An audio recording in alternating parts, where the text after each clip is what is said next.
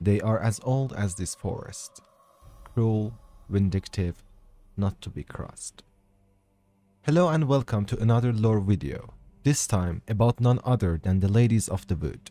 We all have come across them in the game, and have been intrigued by them. The sheer mystery surrounding them, the fear they arouse has made us wonder, who are they? Where do they originate from? How powerful they are? And in today's video, I'm going to answer them, so stay tuned and let's begin. I usually keep the origins and myth for the end of the video, but here I have to start with it, as it is crucial to understand Ladies of the Wood. We first have to know their origins in mythology and what they are inspired from. So let's first talk about their origins in Norse mythology. The Norns are female deities in Norse mythology who govern fate and are responsible for shaping the course of human destinies. This makes them the most terribly powerful entities in the cosmos, more so than even the gods, since the gods are subject to the fate, just like any and all other beings. Once the Norns had decided someone's fate, that destiny could not be changed. Even the principal god Odin was subjected to their power. Their names are Urthur, what has been, Versandi, what is, and Skuld, what is to come. They spin threads and weave the tapestry of fate. Each person's life is a thread in their loom. The length of the thread is the length of the person's life. Even the gods have their threads and are therefore not immortal. Though the Norns hide the strings from the gods, so everything is set out beforehand. There is no luck, there is no randomness, everything is determined by destiny.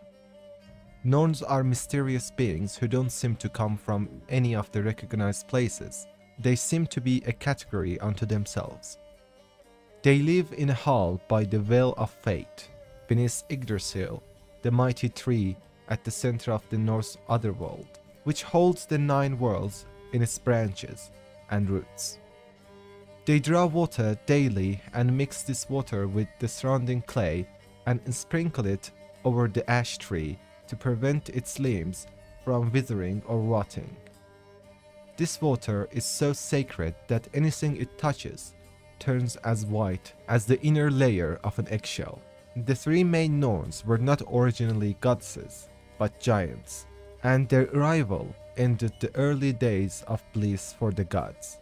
The Norns visited each newly born child to appoint his or her future. They could be malevolent or benevolent, the former causing tragic events in the world, while the latter were kind and protective. We have other instances of 3 Fate sisters in Roman and Greek mythology, but they are fundamentally same with minor differences, so I won't get into them. Now let's talk about the crones. Of course, CDPR is not going to copy them word for word, but rather get inspiration from them and make changes to have their own unique creation.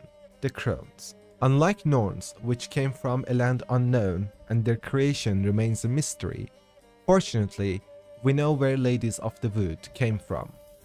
In the book She Who Knows, which is obtainable in Velen, gives us information about that. It reads, "Folk say they were 4 at first.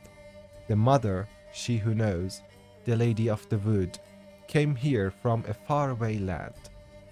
And since she suffered terribly from loneliness, she made 3 daughters out of dirt and water.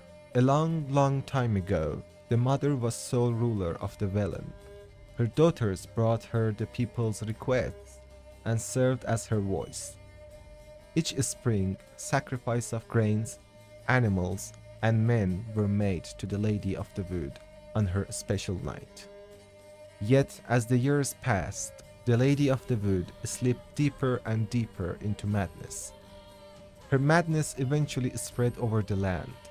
Men took to abandoning their homes and setting out into the bog, where they became food for the beasts.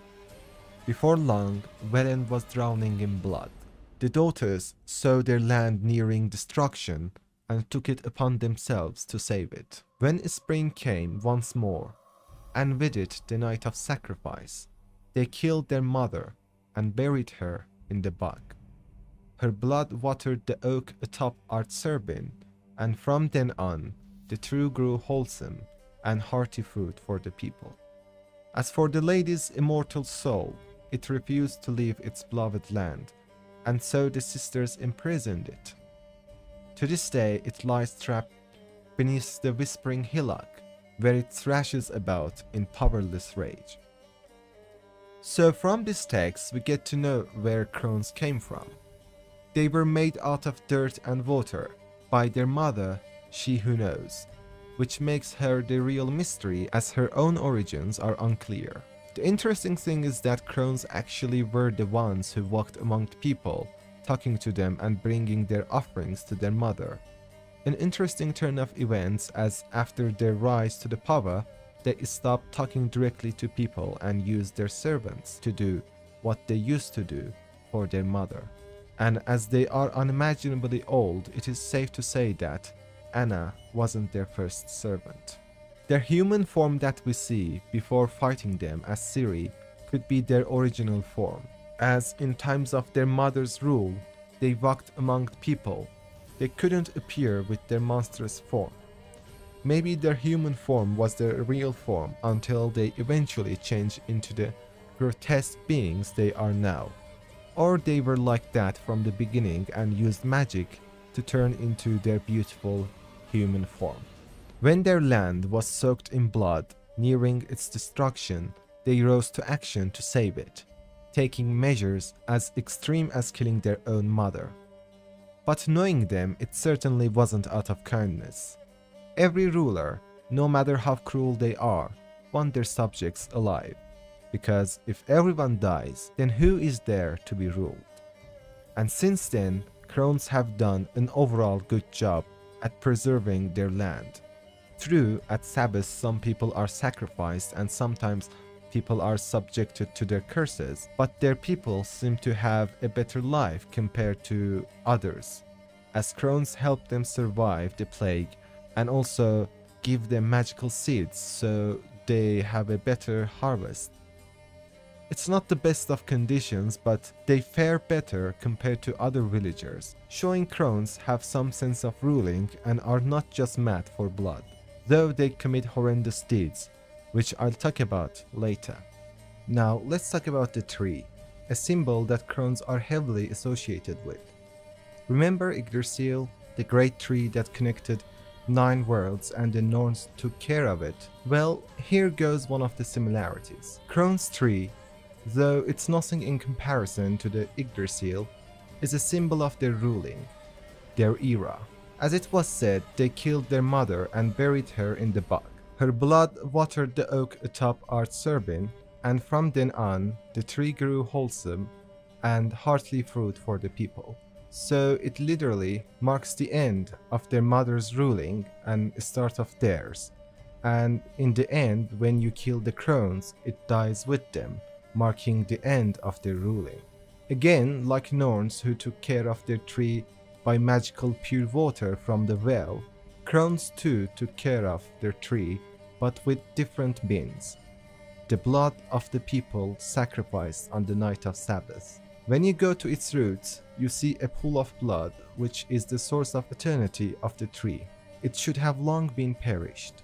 Crones have ruled for such a long time, and the tree has stood strong during all these years, thanks to the blood and also crones. Its existence is tied to the ladies of the wood, as it immediately dies after their death. Later in the game, Ciri says, "Centuries ago, it was a hallowed site for druids.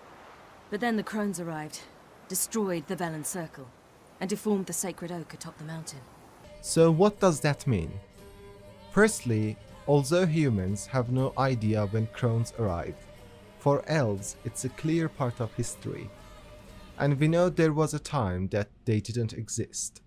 Second, in the text, it was said, "Her blood watered the oak atop Artserbin, and from then on the tree grew wholesome." So clearly tree existed before and it was a holy site, as druids resided there. When Ciri says they deformed the sacred oak, it refers to the time they buried their mother, and her blood changed the tree forever. Life is hard in the world of the Witcher, especially at time of war, and especially for the poor people of Velen. It was usual for them to have several kids, and they literally couldn't feed them, and they would have to watch them die out of hunger. But they had one other option: send one or couple of their children to the ladies of the wood, although they knew they would never see them again. Children had to follow the trail of treats until they reached Crookback Bog, and a servant of the crones would take care of them and feed them until they get delicious enough for the crones to eat them.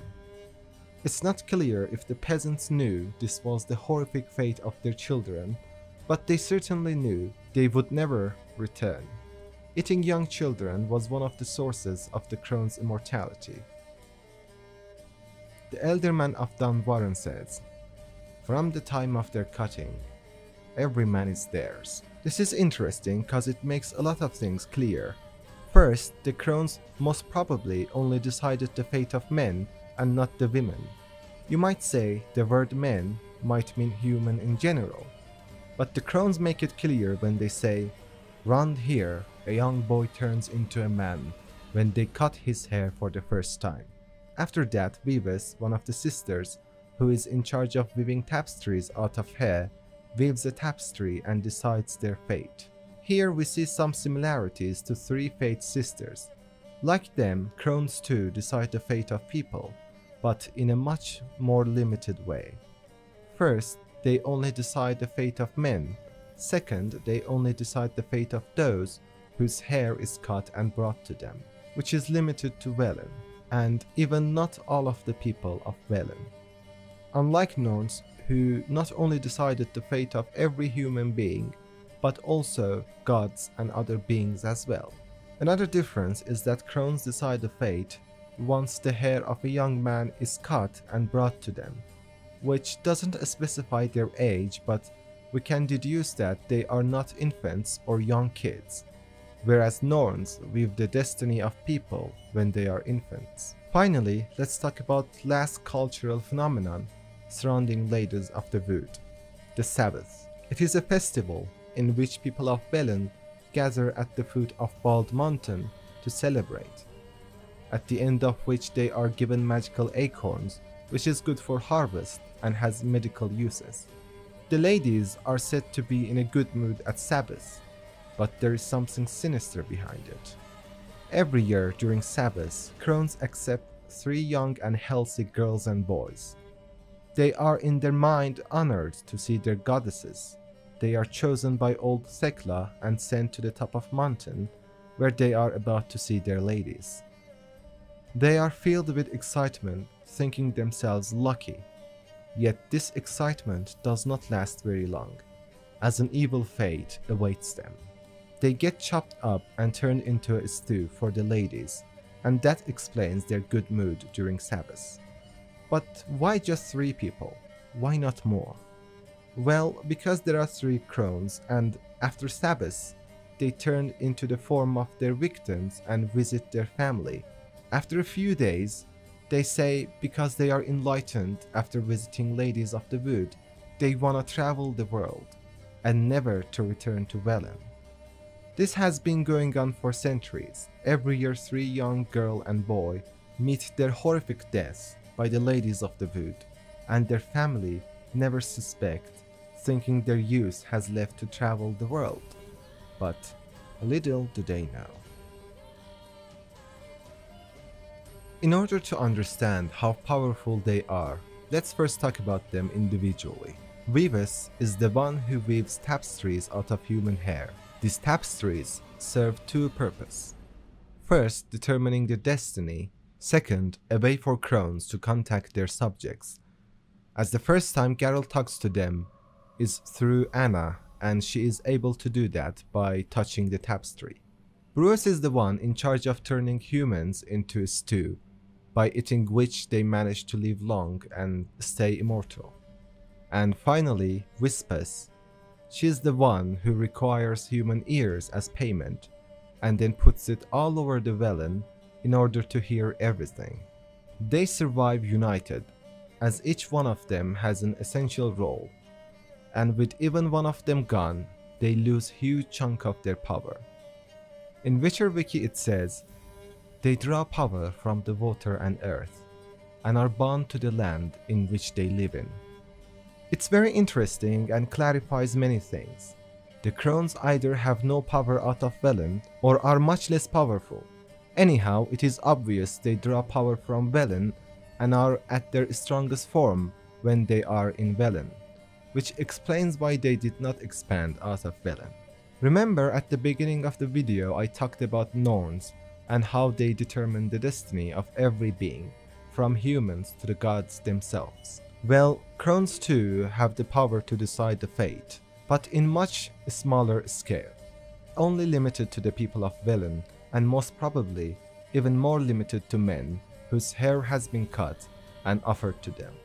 So the Norns are much more powerful than the Ladies of the Wood by a great margin.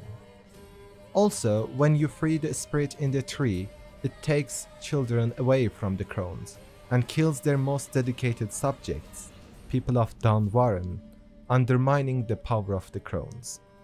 Also, through these conversations with Ciri and Johnny, we get to know that crones serve the Wild Hunt. Avallac'h told me of beings who commune with the NL elves. They can be found in every part of our world. In Velen, the crones do this. Apparently, Imlerith came here at Eredin's behest, to order the crones to keep their eyes open and ears pricked, in case Avallac'h were to seek shelter in his Velen hideout. Took the order literally, judging by all the ears hanging in the woods. We're looking for an elf named Imlerith. Ciri thinks the crones might have invited him. The big knight. He near trampled me. On his way up the mountain? Yeah. What's it you want from him? He killed my friend. Out for vengeance, eh? Oh, let it go. Dying foolishly won't help. Even the crones bow and scrape before that one. So crones are in fact the servants of Eredin. Once at the top of the mountain, Geralt and Ciri decide which one of them is to fight Imlerith, and Geralt doesn't allow Ciri to fight Imlerith, telling her she is the one to fight the crones, to which Ciri replies, hardly a challenge. Also, it shows that both Geralt and Ciri believe Imlerith alone to be more powerful than the crones. And finally, Ciri is single-handedly able to put an end to them.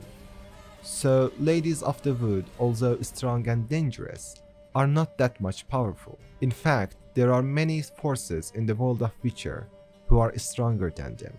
Yet, it doesn't mean they are to be underestimated. They have many powers, like determining fate, to an extent, seeing future, casting curses, controlling all kinds of monsters, even as strong as fiends, and putting them into their service. They also have the ability to control men and essentially turn them into their slaves. They possess strong magical abilities and can cast off illnesses, make their lands more fertile, and grant favors, and so on. It's just they are not the strongest. That said, let's listen to their bestiary. Sister crones, hand in hand, terrors of the sea and the land, thus do go about. Thrice to thine and thrice to mine, and thrice again to make up 9. Macbeth, Act 1, Scene 3. The isolated corners of our world harbor creatures older than humans, older than academies and mages, older even than elves and dwarves. The crones of Crookback Bog are such creatures. No one knows their true names, nor what breed of monstrosity they in fact are.